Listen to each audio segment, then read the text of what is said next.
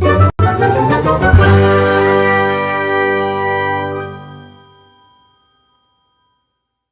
friends, welcome back to my channel. In today's video, we are just gonna be doing the end of year book tag. So get comfortable, maybe sit down, you know, take your boots off. I'm just wearing socks. And maybe get something to drink, like a coffee, a tea, you know, a glass of wine if that's what you like. Come here.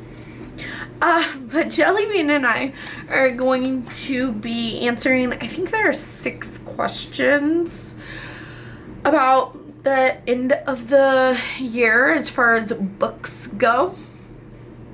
So let's just dive right in. If you are watching this and you want to do this book tag, you're it. Your turn. But I'm not really gonna actually legitimately tag anyone, so please don't be offended. Number 1, are there any books you started this year that you need to finish? Yes, kind of. No. Here, let me explain. So I got a new vlogging camera. So I have 2 cameras now. One is for like videos like this where we just sit down and chat. You know, I do most of my book hauls and everything like that on this camera. But I also got a vlogging camera so that anytime I go out to the bookstore or I'm just doing daily vlogging, I have that smaller camera because this one's massive. Okay. And I have only had that camera for like 6 or 7 weeks. Not very long. But I was having some technical issues with it, and I started 11/22/63 by Stephen King. And by started, I mean like I got 350 pages, 355 pages into this massive book. And I was vlogging it. But like I said, I was having technical issues. So the footage that I have of me reading that 355 pages is not usable.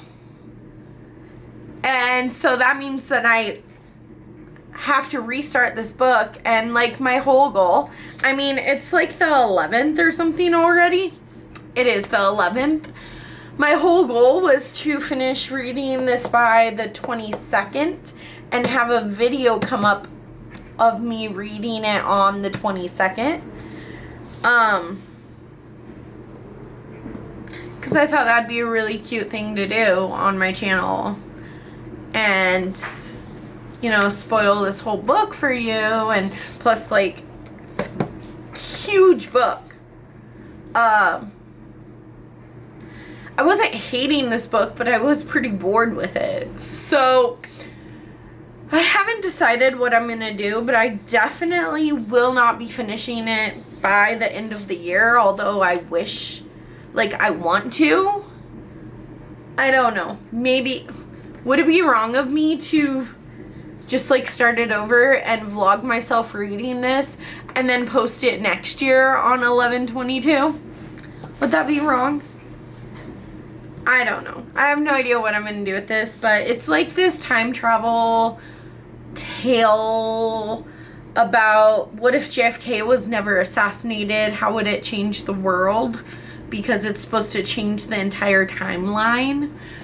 And like the whole theory of it is interesting, but I don't know, I'm really butthurt that my camera was having issues, and I'm just like very discouraged. I'm also in a reading slump, and it's not like I'm not reading reading. I am reading, but I'm not liking anything that I'm reading. So I've been having to very much force myself to read, and forcing myself to read is not fun. Like, I want to read because I want to read, because I enjoy it, because I like reading. But right now, I'm not liking it. And I know it's like this vicious cycle, but, you know, whatever. I think that might be the only one.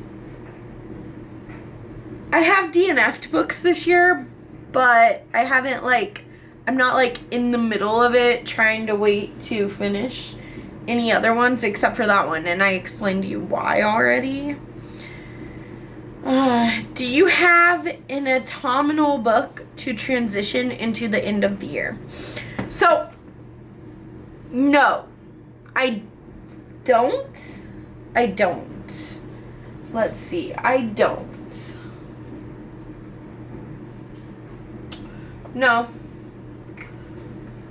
I really don't this year. See, I'm not a seasonal reader. I'm just, like, very much a mood reader. Even though I try to make myself read for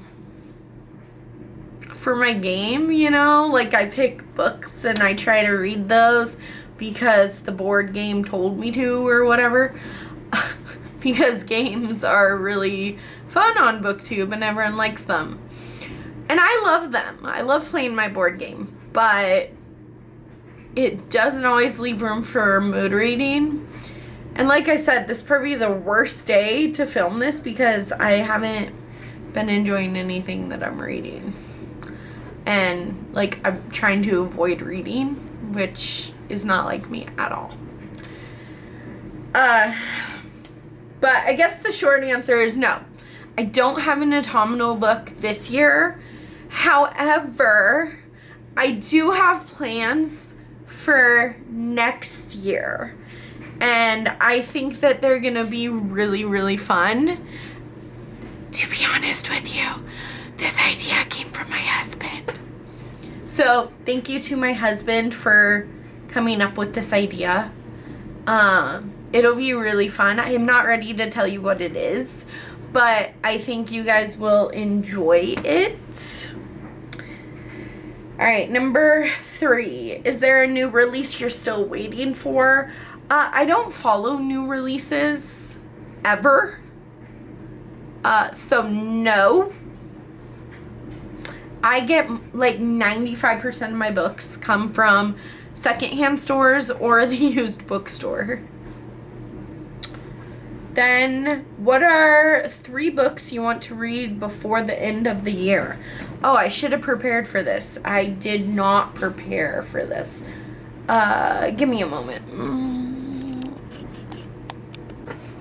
This was really weird because I didn't plan it. I didn't even realize that was one of the questions for this tag. So I actually just, like, went through and looked at all the books that I need to read.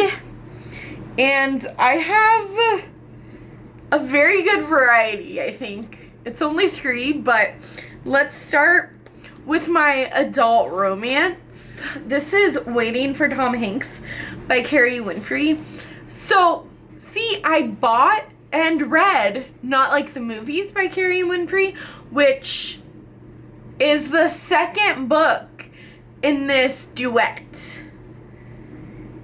And this is the first book. They're companion novel series, so you can read them out of order. Plus, I didn't realize it was actually a series, so I just kind of want to knock this series out and just go back to this, like, rom-com book. So you follow Annie, who believes, like, she's obsessed with rom-coms, and the second one in the series was so cute. It was, like, Not Like the Movies.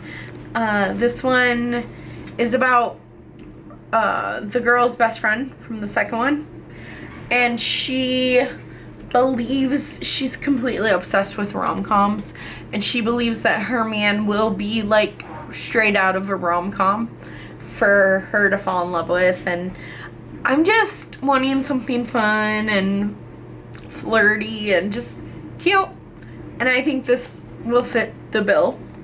This was particularly hard to find 3 books that I want to read by the end of the year, because I don't want to just say 3 random books that, of course, I want to read them, I own them.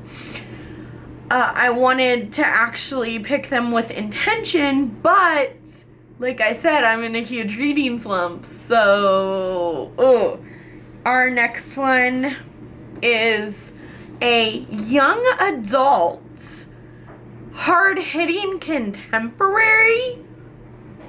Like, back to old school, Lita. Like, back to the beginning of the channel. I used to read primarily young adult, which, like, now I don't read very often at all.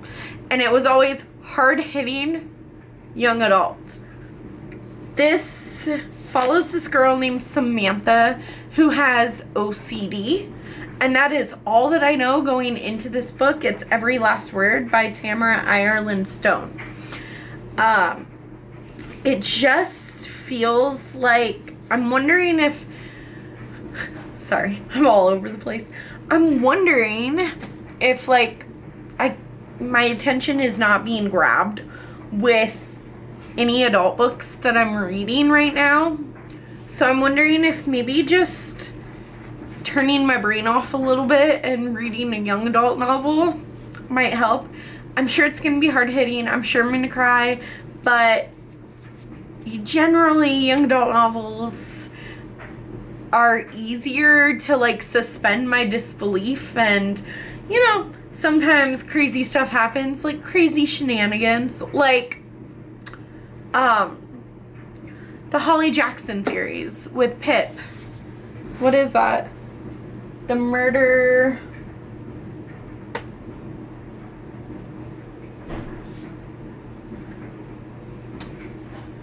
I can't think of it right now. The Murder Diaries? It's not The Murder Diaries.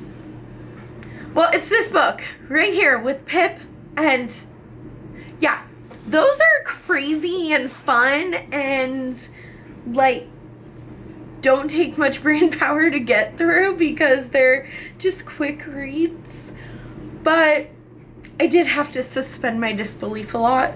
So I'm just hoping for, like, something quick and, you know, maybe it'll help me want to get back into reading. I hope that made sense. And then the last one is another heartbreaker. This one is Postscript by Cecilia Ahern. So, quick little story time with this one is that I read P.S. I Love You by Cecilia Ahern, which is the first in this series, because one of you fantastic viewers recommended it to me in the comments of one of my videos. If I can find it, I'll like post it here, but it's been years, like a couple of years. So I think it was around the time that I was a new booktuber, so it was like 3 years ago. But I got that book right away because you recommended it to me, and then I sat on it. And I sat on it. And I sat on it. And I sat on it. And it was part of my collection for like a year and a half. And then I finally was like, fine, let's do it. Let's just knock it out. And I loved that book. That book was so life-changing for me, which is weird because I thought, like, I've seen that movie and I didn't think that I would, like, love the book as much as I did, but I loved it. So now I just need to finish this series as well, because that'll close out 2 series with 3 books. And then, you know, just maybe help me find my love for reading again, because I haven't been loving it.